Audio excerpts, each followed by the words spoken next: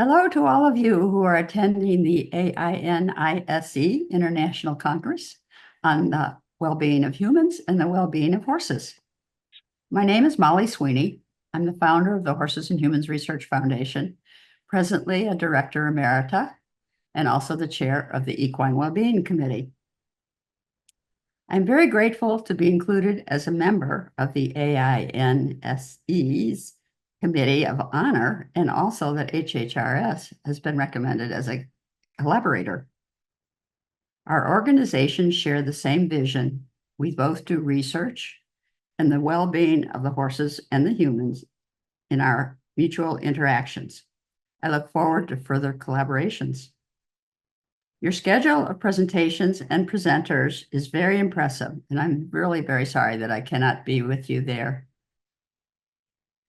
The world these days seems to be very much in a time of change. The FEI just recently announced that they were changing their abuse laws and regulations to now call it ethically unacceptable, unethical practices, with a very long description of what that includes and how everyone involved would be considered a part of it. Very much stricter rules than they have ever had, and hopefully there will be some actual monitoring of it that will happen. Things that were once ignored or deemed acceptable are now being questioned, as much with the horse industry as in every other part of the world. But different styles, different rules, sometimes questionable behaviors have always been around. This was recently brought to my attention when I was in Middleburg, Virginia, in the United States, and I visited the National Sporting Library and Museum. And there I saw some paintings that reminded me of just how much the horse world has changed over the years. This painting was made in 1775, called Portrait of Well-Bred and Wicked. I didn't see wicked. I saw a very uncomfortable and unhappy horse, possibly from that very flimsy saddle with the rider on it, and the horse had a cropped tail. But I also noticed there was no noseband on the bridle. The next painting is from the early 1900s. It's titled Ponies in a Stable. You can see here how they're lined up in those old permanent standing stalls where the horses are tied with food in front of them, but they are tied and they can't move. There's no room to lie down in. And that used to be the norm for how horses were kept. However, this I thought was a very creative way that they hung the barriers from the ceiling to separate the horses. The last portrait is from 1921 of a woman riding side saddle. Remember, that used to be the only way women were allowed to ride. My personal reference of change comes this photo of my father and grandfather. My grandfather was a professional horseman. You can see in this photo the very different jumping positions. This photo was taken about 100 years ago. And my grandfather was riding the then old-fashioned style, sitting straight up on the horse giving the horse free range, lots of rein, free range of his neck and head. My father, on the other hand, is trying to master the forward seat position, where he is very, very forward on the horse. And those are the two different styles at the time. So you can see how they have changed. I grew up with horses in my backyard, and I started riding very early. I tried granddad's style of jumping, but it didn't work for me. All the men in my extended family played polo, but I didn't, because women were not allowed to play polo in those days. So instead, I exercised the men's polo ponies for them, and I walked their hots after the games. Today, there are women's polo leagues. More change. We did a lot of fox hunting as a family, but I believe that has now pretty much gone out of style. I'm not sure whether the concern was for the safety of the horses or the well-being of the foxes, but whatever it was, there's not much of it around anymore. My riding did get better, but I would only show in the hunter divisions.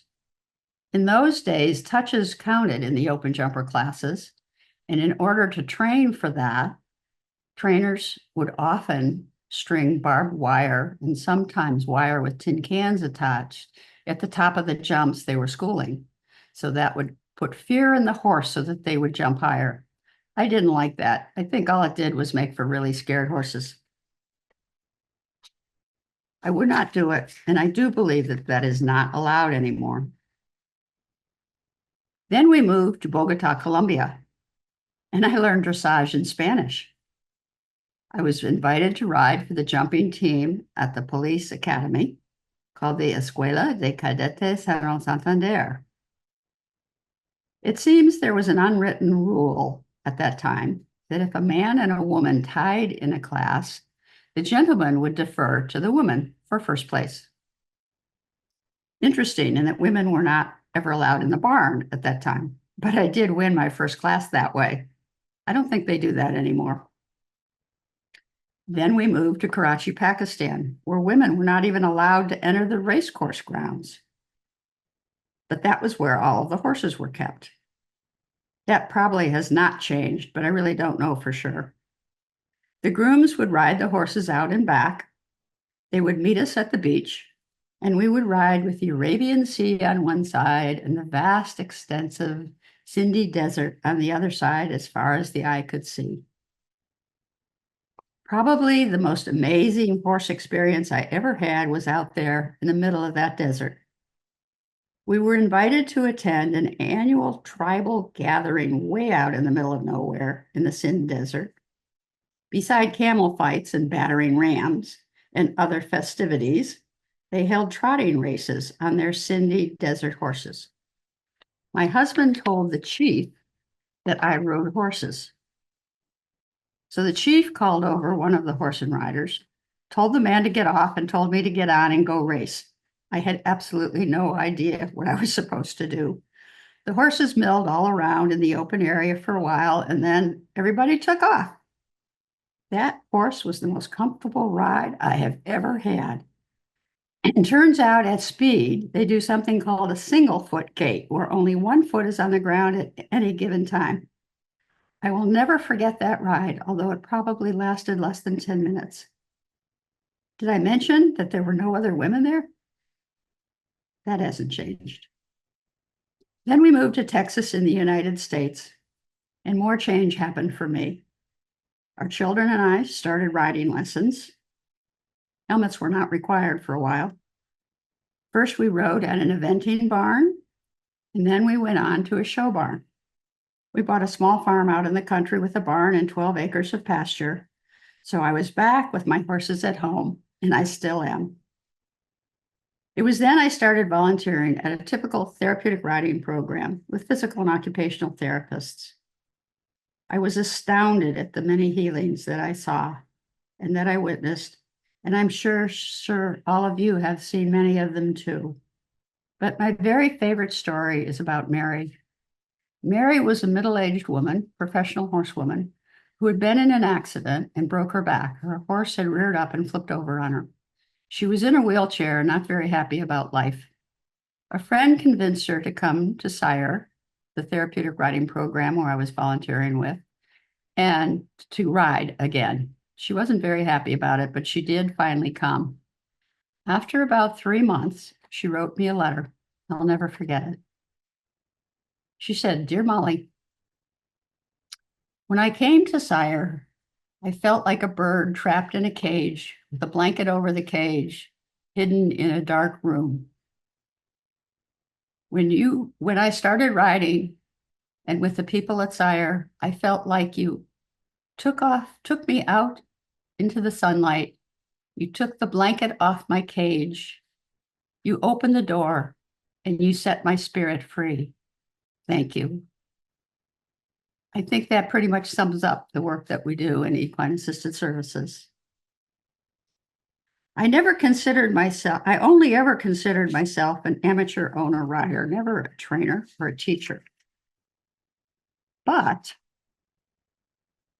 working as a volunteer, I began to deep dive into evaluating horses for a therapy program, training, retraining, stable management, veterinary care, complementary medicine care. Vets for everything was way too expensive, so we had to get into complementary medicine, and even did some volunteer training. Oh, and I learned a carriage drive too, so I could take some out of our wheelchair clients out on the trails.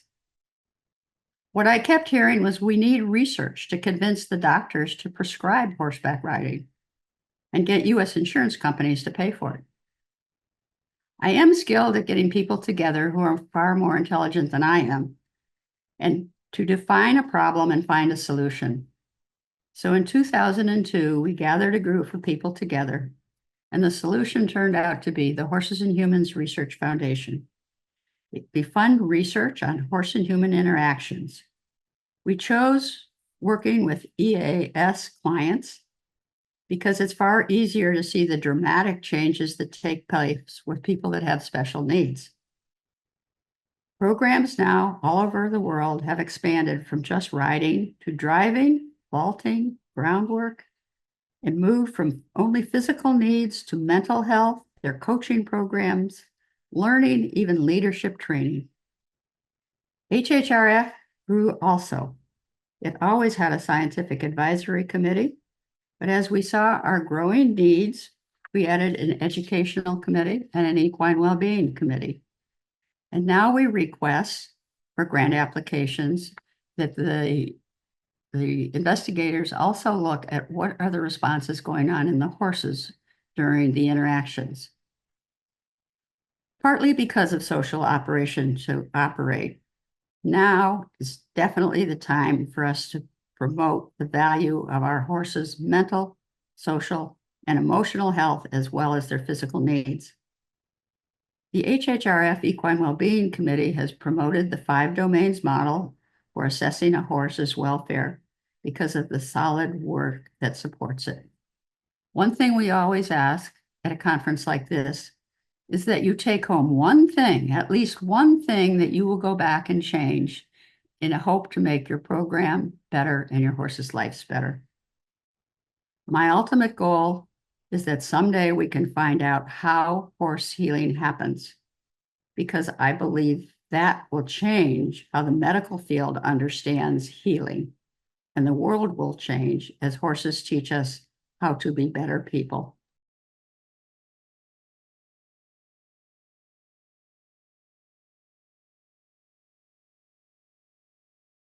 Thank you. Have a wonderful conference. And thank you for all listening to all of this. And I would like to give a very special shout out and thank you to my son, Kevin Sweeney, who has been the technical genius behind all of this. So thank you, Kevin.